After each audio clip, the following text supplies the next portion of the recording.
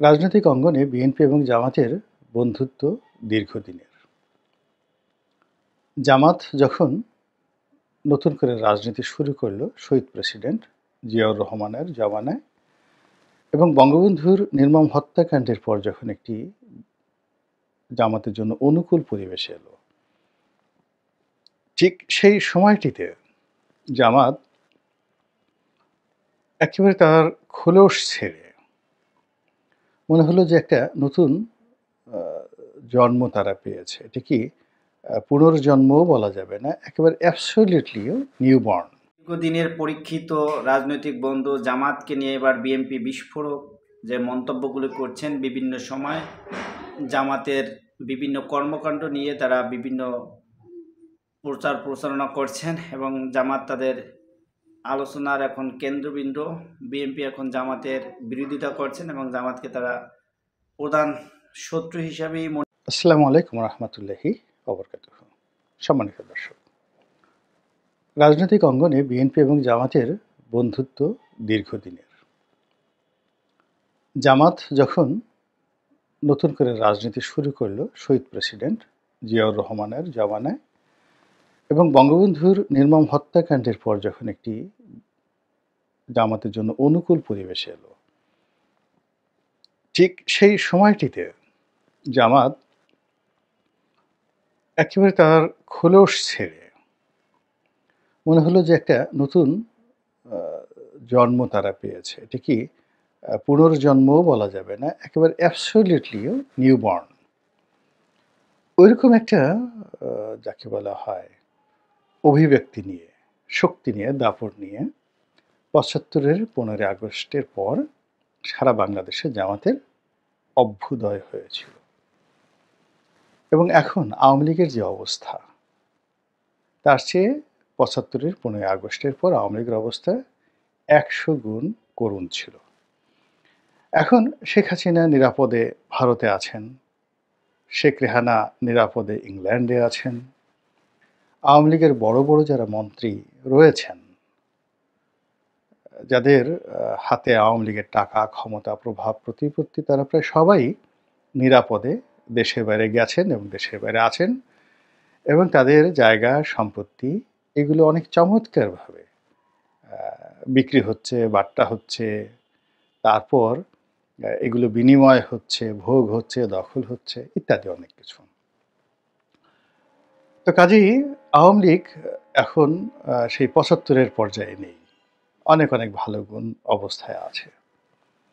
আবার অন্যদিকে বাকশাল প্রতিষ্ঠিত হওয়ার পর পুরো বাংলাতে যে রাজনৈতিক শূন্যতা ছিল, সেই শূন্যতার কারণে মিলিটারি অর্থাৎ সামরিক বাহিনী সেখানে যে পরিবেশ পরিস্থিতি নিয়ন্ত্রণে রাখতে পেরেছিল, সেনাবাহিনী যত দ্রুত সব কিছু নিয়ন্ত্রণ করতে পেরেছিল, এটি এখন সম্ভব না। এর কারণ হলো এখন অনেক নেতা, অনেক রাজনৈতিক দল এবং এখন সব কিছুই টিকটকের মাধ্যমে সারা দুনিয়াতে ছড়িয়ে যাচ্ছে। ফেসবুক, ইউটিউব এগুলো এখন এতটা শক্তিশালী যে সেনাবাহিনীর বন্দুক, বোমা, কামানের চাইতেও দেখা গেল ফেসবুকে যদি একটা ভয়েস অথবা একটা ছবি, স্টিল ছবি ছড়িয়ে পড়ে, এটা কামান দিয়ে, বন্দুক দিয়ে সামাল দেওয়া যাচ্ছে না। তো এরকম একটা জটিল পরিস্থিতিতে হঠাৎ করে যেটা হলো, তাদের যে দীর্ঘদিনের যে বন্ধু, জামাতের বন্ধু বিএনপি, বিএনপির বন্ধু জামাত, তাদের মধ্যে ঝগড়াঝাটি শুরু হয়ে গেছে এবং শুরুটা করেছে জামাত। জামাত এই পট পরিবর্তনের পরে হঠাৎ করে মনে হলো যে তারা অবতার রূপে আবির্ভূত হয়েছে। মনে হয় ঠিক আমরা যে জিনিসগুলো নিয়ে কল্পনা করি, স্বপ্ন দেখি যে বিশাল একটা ইসলামী বিপ্লব হয়ে গেছে, তারপরে দাজ্জাল এসে গেছে, দাজ্জালকে বধ করার জন্য ইমাম মাহাদি এসে গেছে, ইয়াজুজ এবং মাজুস এসে গেছে তাদেরকে পরাজিত করার জন্য, যাকে বলা হয় যে সকল ঘটনা আমরা কোরআনে হাদিসে পড়ি, ওই রকম জামাতের যে আবির্ভাব শেখ হাসিনার পলায়নের পরে জামাত সমর্থিত যারা লোকজন, তাদের ধারণা হলো যে এই বাংলাদেশে ওইরকম একটা পরিবেশ পরিস্থিতির জন্যই মূলত এই জামাতের সৃষ্টি হয়েছে এবং জামাতই এই আন্দোলন এবং এই আন্দোলনের সুফল এবং এই আন্দোলনকে ফলপ্রসূ করার জন্য একমাত্র যোগ্য দল, এবং আল্লাহ তাদেরকে এই সুযোগটি করে দিয়েছেন। তারাই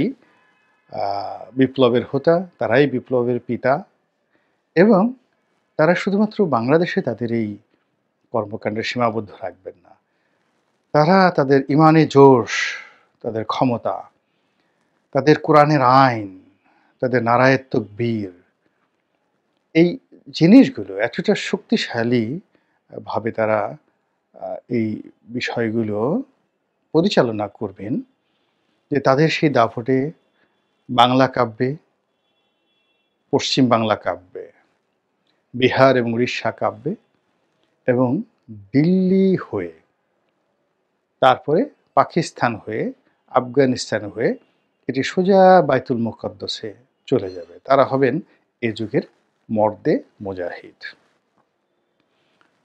তো এটা হলো যে জামাতের দীর্ঘদিন ধরে জামাত এবং শিবিরে যারা সাধারণ নেতাকর্মী, যারা এত কিছু বুঝেন না, হুজুরেরা আরবিতে ওয়াজ করেন, কোরআনের আয়াত বলেন, তারা শুধু উত্তর দেন যে ঠিক ঠিক ঠিক। তারপরে জামাতের কোনো নেতা বক্তব্য দেন, তারা শুধু তালি বাজান আর মাথা নাড়িয়ে বলেন ঠিক ঠিক ঠিক। তো এই যে যারা ঠিক ঠিক ঠিক পার্টি, এই পার্টির যারা লোকজন, তারা এইভাবেই সব কিছু চিন্তা ভাবনা করে আসছে এখনো পর্যন্ত। আর এর দায় দায়িত্বটা জামাতের যারা শীর্ষ নেতা রয়েছেন তাদের উপর পড়েছে। এর কারণ হলো তারা রাজনীতিতে প্রাজ্ঞ, তারা বোঝেন যে তারা কতটুকু জাম করতে পারবেন। জামাতের দাড়িপাল্লা প্রতীক নিয়ে কোনো রকম রাজনৈতিক ঐক্য ছাড়া যদি এই মাঠে ইলেকশন হয়, জামাত, বিএনপি, আওয়ামী লীগ, জাতীয় পার্টি, এই চারটি রাজনৈতিক দল দাঁড়িয়ে যায়, 100% নিরপেক্ষ ভোট হয়, তাহলে এই যে জামাতের যারা নেতা রয়েছেন, কয়জন নেতা দাড়িপাল্লা ছিট মানে প্রতীক নিয়ে পাশ করে আসবেন, এটা আর কেউ বুঝুক বা না বুঝুক, জামাতের যারা কেন্দ্রীয় নেতৃত্ব তারা খুব ভালো করে বোঝেন। কিন্তু ওই যে ঠিক পার্টি, তালি দেওয়া পার্টি, তাদের কারণে কি হলো, এই নেতৃবৃন্দ যারা আছে তাদের কর্মী সমর্থকদের কথা মতো তাদের সেন্টিমেন্টকে সম্মান দিতে গিয়ে অনেক কথা বলে ফেলেছেন, অনেক কর্মকাণ্ড করে ফেলেছেন, যার ফলে তাদের রাজনীতি নিয়ন্ত্রণের বাইরে চলে গেছে। তারা প্রথমে যেমন বললেন এক জাহেল চলে গেছে আর এক জাহেল, বা এক জালেম চলে গেছে আর এক জালেম, এটা সরাসরি বিএনপিকে অপমান করা হয়েছে। তারা যেভাবে সমন্বয়কদের সঙ্গে মিশে স্কুল, কলেজ, মাদ্রাসা থেকে শুরু করে সব জায়গাতে যেভাবে তারা আধিপত্য বিস্তারের চেষ্টা করেছেন, যেভাবে তাদের ধর্মীয় প্রতিপক্ষ পীর, মাশায়েখ, মাজার, তারপরে আরও যারা আছেন সুফিবাদের যারা প্রচারণা করেন, কিংবা আধ্যাত্মিকতা যারা পরিচর্যা করেন, একটু কলকে টানেন, গাঁজা টানেন, আর কিছুই করেন না, মিরপুর মাজারে গিয়ে পড়ে থাকেন, হাইকোর্ট মাজারে গিয়ে পড়ে থাকেন, লালনের আখড়ায় গিয়ে পড়ে থাকেন। তো এদের বিরুদ্ধে ওই যে জামাতের ঠিক ঠিক পার্টি, যেহেতু তারা এখন সেই ইসলামী বিপ্লব হয়ে গেছে, তারা সর্বশক্তি নিয়োগ করে এমন কর্মকাণ্ড করেছে যে উইদিন 1 মান্থ পুরো জামাতের নেতৃত্বকে শুধু বাংলাদেশে নয়, ভারতে, পাকিস্তানে, আমেরিকাতে, ইউরোপে, এমনকি মধ্যপ্রাচ্যে একটা উগ্র সংগঠন হিসেবে আলটিমেটলি 12টা বাজিয়ে দিয়েছে, পরিচিতি করে দিয়েছে। এই গেল একটা। দ্বিতীয়ত হলো যে জামাত সবসময় বিএনপির বি টিম। বিএনপি মনে করে যে জামাতকে তারাই বাঁচিয়ে রেখেছে, তারাই জামাতকে পয়দা করেছে, অন্ততপক্ষে দ্বিতীয়বার বঙ্গবন্ধুর হত্যাকাণ্ডের পরে জামাতকে তারা টিকিয়ে রেখেছে, জামাতকে তারা মন্ত্রী বানিয়েছে। বিএনপি না থাকলে জামাতের কোনো অস্তিত্ব থাকতো না এবং আগামীতেও নেই। এটা বিএনপির একেবারে ছাত্রদলের একটা সাধারণ নেতাকর্মী মনে করে। আওয়ামী লীগ যেমন মনে করে, বা ছাত্রলীগ যেমনভাবে মনে করতো যে জামাতকে পিটানো এটা তাদের একটা অধিকার, একটা দুটো জামাত ধরো, সকাল বিকাল নাস্তা করো, এটা তাদের একটা জাস্ট পরোটা ভাজি খাওয়ার মতো একটা ঘটনা, এটা তারা মনে করত। জামাতে এই দেশে বসবাস করার কোনো অধিকার নেই, এটা তারা মনে প্রাণে বিশ্বাস করত। এরকম একইভাবে আবার ভারত যেমন মনে করে আওয়ামী লীগ তাদের সেবাদাস, তারা যা বলবে আওয়ামী লীগ তাই করবে, এর বাইরে কোনো কিছু করার নাই। তো এই যে একটা সাইকোলজিক্যাল অবস্থা যাচ্ছে ভারতের মধ্যে, আওয়ামী লীগের মধ্যে, আওয়ামী লীগের মধ্যে জামাতের মধ্যে, জামাতের মধ্যে বিএনপির মধ্যে, বিএনপির মধ্যে জামাতের মধ্যে, এই পুরো প্রক্রিয়াটি এই আগস্ট জুলাই বিপ্লবের পরে জামাতের যারা সাধারণ ঠিক ঠিক পার্টি তারা উল্টে দিয়েছে। উল্টে দেওয়ার পরে কি হলো, বিএনপি এবং জামাতের মধ্যে মারাত্মক দ্বন্দ্ব সংঘাত শুরু হয়ে গেছে। এখনো পর্যন্ত বাকযুদ্ধ চলছে এবং খুব দ্রুত, খুব বেশি দিন নয়, জানুয়ারি মাসে আপনি দেখতে পারবেন যে এদের যে ভ্রাতৃপ্রতিম সংগঠনগুলো ইতিমধ্যে যে টুকটাক মারামারি করেছে, কাটাকাটি করেছে, এটি রক্তক্ষয়ী একটা সংঘর্ষের দিকে মোড় নেবে। এবং আপনারা দেখবেন যে বৃষ্টি হওয়ার আগে যেভাবে মেঘ গড়গড় করে, বজ্রপাত হওয়ার আগে যেভাবে বিদ্যুৎ চমকায়, এখন বাকযুদ্ধ চলছে এবং খুবই নিকৃষ্ট বাকযুদ্ধ। যেমন জামাতের লোকদেরকে কেন্দ্র করে বিএনপির নেতারা বলছেন যে ওরা রাজাকার, ওরা ৭১-এ এই কাজ করেছে, এই মুক্তিযুদ্ধে জিয়াউর রহমান এই ভূমিকা রেখেছেন, ওদের এত বড় সাহস যে স্বাধীন বাংলাদেশ ১৯৭১ সনে যে মহান মুক্তিযুদ্ধ হয়েছে, যে মুক্তিযুদ্ধের ঘোষণা দিয়েছেন শহীদ প্রেসিডেন্ট জিয়াউর রহমান, এবং যেটা তাদের প্রাইড অ্যান্ড প্রেস্টিজ, যে the founder of Bangladesh, Awami League এবং তাদের মধ্যে বীরত্ব এখানেই। আওয়ামী লীগ মনে করে যে তারা ৭১-এ মুক্তিযুদ্ধ মানে নেতৃত্ব দিয়েছে, আর বিএনপি মনে করে যে আওয়ামী লীগ রাজনৈতিক নেতৃত্ব দিয়েছে, কিন্তু মিলিটারি যে লিডারশিপ এটি শহীদ প্রেসিডেন্ট জিয়াউর রহমানের নেতৃত্বে হয়েছে এবং তিনি ঘোষণা দিয়েছেন। তো জামাত এবং তার যারা সহযোগী এই মুহূর্তে যা কিছু করছে পুরো ৭১-এর ইতিহাসটাকে রিসেট করার চেষ্টা করছে, যেটি বিএনপির ভীষণ রকম ইগোতে লেগেছে। এক, এই জন্য তারা ওই জামাতকে যে সকল গালি বিএনপির পরিবর্তে আওয়ামী লীগ দিত, এরা রক্কাটা পার্টি, এরা খুর পার্টি।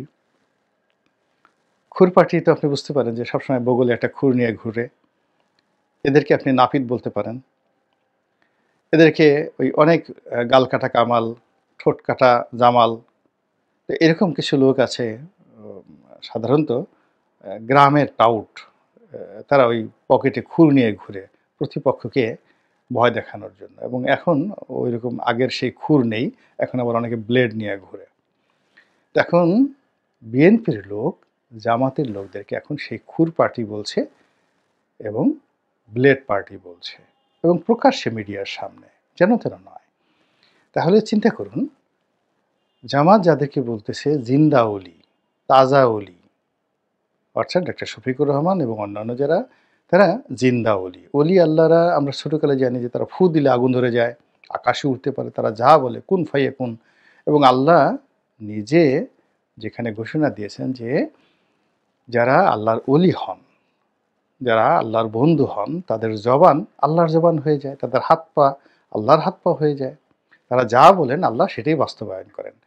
তো জামাতের যারা বড় বড় মানুষ তারা ডক্টর মোহাম্মদ শফিককে বলতেছেন যে উনি হলেন তাজা অলি, জিন্দা অলি।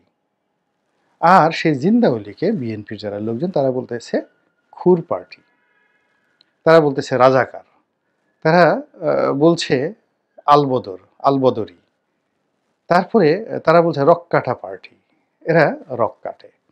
তাহলে বুঝতে পারেন যে মতের যে অমিল, অশ্রদ্ধার যে জায়গাটি, এটি কোন পর্যায়ে পৌঁছে গিয়েছে।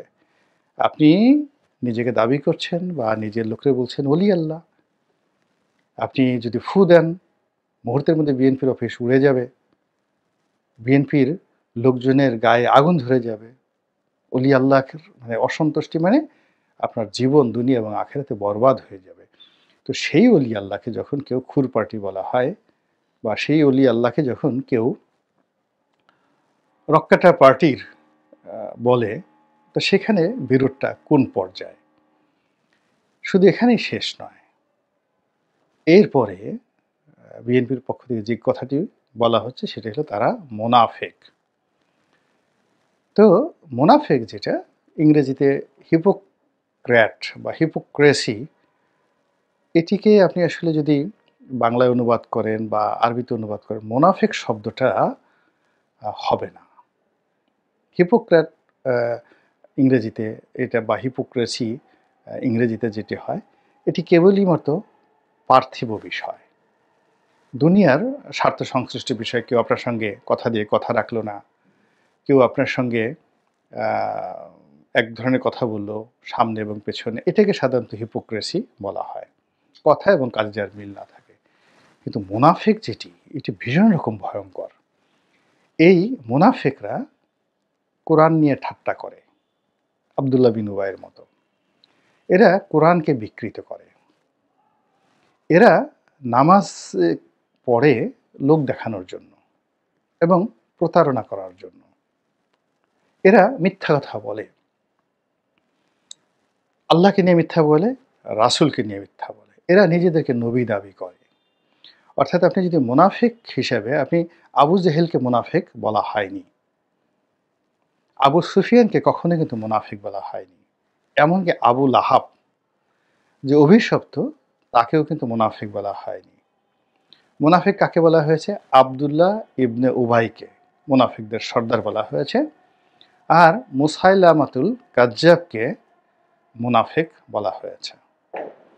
তো এই দুজন মানুষের যে চরিত্র, তারা আল্লাহ রাসূলের পাশাপাশি থাকতো, সামনে গিয়ে খুব বেশি সালাম দিত, আর পিছনে গিয়ে তারা বলতো ও একটা ভণ্ড, ও নবী হবে কেন, আমি নবী। ও আকাশের দিকে তাকিয়ে থেকে বিশ্রী। আপনি আব্দুল্লাহ ইবনে উবাইয়ের কথাবার্তা শুনলে আপনার ঈমান চলে যাবে। মুসাইলামাতুল কাজ্জাবের যে ইতিহাস, যে ইয়ামামার যুদ্ধ, সে কাহিনী যদি আপনি পড়েন, আপনার মাথা খারাপ হয়ে যাবে। এবং এই বিভিন্ন যুদ্ধে এই মুনাফিকদের যে ভূমিকা, এই ভূমিকার কারণে মুসলমানদের যে কত ক্ষতি হয়েছে, এর কোনো ইয়াত্তা নেই। তো কাজেই আপনি যদি কাউকে খুব বাজে শব্দ বাস্টার্ড বলেন, আরো অনেক কিছু বলেন, এরকম ১ কোটি গালাগালির চাইতেও যখন কোনো মুসলমানকে মুনাফিক বলা হয়, সেটা আরো বেশি গুরুত্বপূর্ণ। তো বিএনপির যারা লোকজন রয়েছেন, তারা তো লেখাপড়া জানা মানুষ, শিক্ষিত মানুষ। তারা জানেন তারা কি বলছেন। তো তারা এখানে যদি মুনাফিক বলতে আওয়ামী লীগকে না বুঝিয়ে বিএনপিকে যারা লোকজন রয়েছেন, তারা যদি জামাতকে বুঝিয়ে থাকেন, তাহলে জামাতের পুরো ইমতেহান, পুরো আইডিওলজি, পুরো পলিটিক্যাল থিওলজি, তাদের নীতি, তাদের আদর্শ, তাদের ধর্ম, তাদের কর্ম, তাদের প্রচার, তাদের প্রোপাগান্ডা, তাদের লেবাস, তাদের দাড়ি, তাদের টুপি, তাদের পাঞ্জাবি, পাজামা, সব কিছুর মূলে কি ইঙ্গিত করা হয়েছে? এই জিনিসটি শুধু আপনাদেরকে বোঝানোর জন্য বলছি যে বিরোধটি কোন পর্যায়ে চলে গেছে। এগুলো বললাম এই কারণে, কেউ হয়তো বলার চেষ্টা করছে যে জামাত এবং বিএনপির যে এই মুহূর্তে বিরোধটি, এটি সাজানো একটা নাটক। এজন্যই ব্যাখ্যা করলাম যে এটা সাজানো নাটক নয়, এটি সর্বনাশের অশনি সংকেত। আল্লাহ আমাদের রাজনীতিকে হেফাজত করুন, রাজনীতিবিদদেরকে হেফাজত করুন এবং আমাদের মধ্যে সহমর্মিতা প্রতিষ্ঠা করে দিন। আসসালামু আলাইকুম ওয়া রাহমাতুল্লাহি ওয়া বারাকাতুহু।